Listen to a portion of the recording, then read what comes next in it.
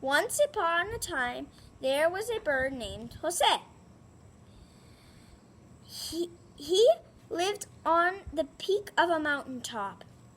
He had a map or mapa.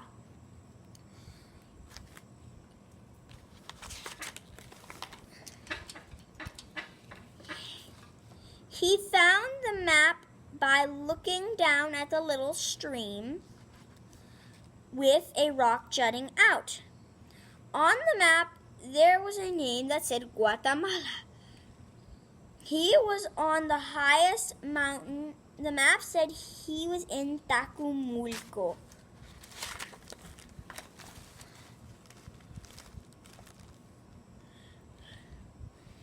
The map said to fly down the mountain.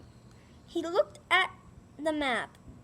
The city on the map was named Quetzaltenango.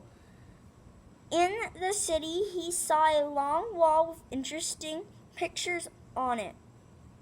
He saw a gold rock in the wall, so he touched it. It fell out. He picked it up.